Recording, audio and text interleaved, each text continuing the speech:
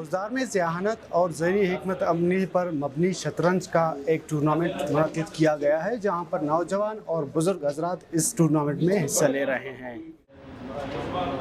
मैंने जो है यूनिवर्सिटी सूबाई लेवल पे 2 बार चैम्पियन रहा हूँ चेस में। चेस आप लोगों को पता है कि चेस एक शाही खेल है। पुराने ज़माने में अगर हम माजी में जाके हिस्ट्री में चेक करें तो ये बादशाहों का गेम रहा है। ये गेम जो है पूरा ज़हनियत पे मबनी है। ये जो है इसमें सारे माइंड कैलकुलेशंस होते हैं, माइंड ट्रिक्स होते हैं, माइंड ट्रैप्स होते हैं, जिसके ऊपर जो है ये गेम खेला जाता है। शतरंज का टूर्नामेंट है यहाँ खुजदार में शुरू हुआ है।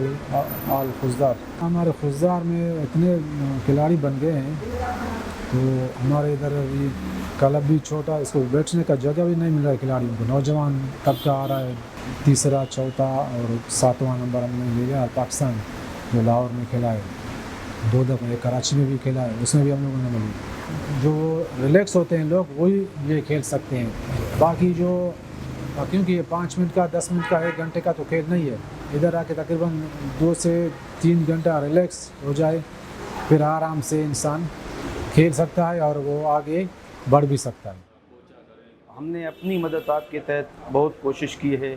खुजदार लेवल पे, डिस्ट्रिक्ट पे, कोयटा सूबाई लेवल पे, और हम लोग जो है ना नेशनल तक भी गए हैं। हमारे खुजदार को ये मकाम हासिल है कि खुजदार से बहुत अच्छे प्लेयर्स सूबाई लेवल पे भी खेले हैं और नेशनल के लिए भी, नेशनल लेवल पे भी खेले का चैम्पियन भी रहा है।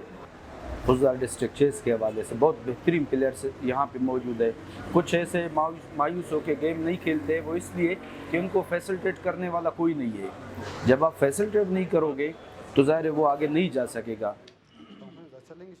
शतरंज के दरमियान ये मुकाबला न सिर्फ नौजवानों की ज़हनी नशोनुमा का एक अहम किरदार अदा कर रहा है, बल्कि यहाँ पे मुस्बत सरगर्मियों को भी फ़रोग़ दे रहा है।